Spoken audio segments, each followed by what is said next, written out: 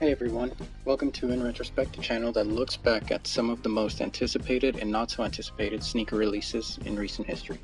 Today we'll be looking at the Nike PG 2.5 PlayStation. So this iteration of the PG 2.5 actually had three colorways to symbolize the three different consoles that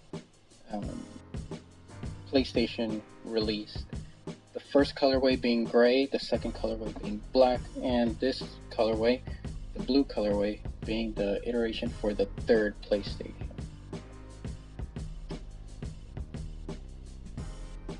Now this shoe, when it released, it was one of the more anticipated releases of the year, and as you can see, it has a complete blue upper with graphics of the PlayStation buttons along the backside of the shoe, and on the back tab you have Paul George's name spelled out.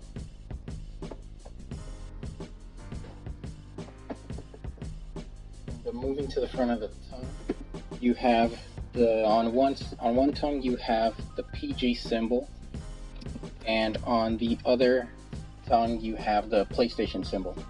Now these, on the back end of the tongue, you actually have the power button, so you can turn these on and they light up, and there are two settings. One is a solid setting. If you click it again, it is a moving light, so you see it going on and off, and it is a blue color. Now moving down, there is a strap along the vamp of the shoe, and this has that same symbols, the same PlayStation symbols that you see on part of the upper. Coming down to the midsole, you actually have a splatter pattern across the midsole, and on one side you have the Nike check in inverted.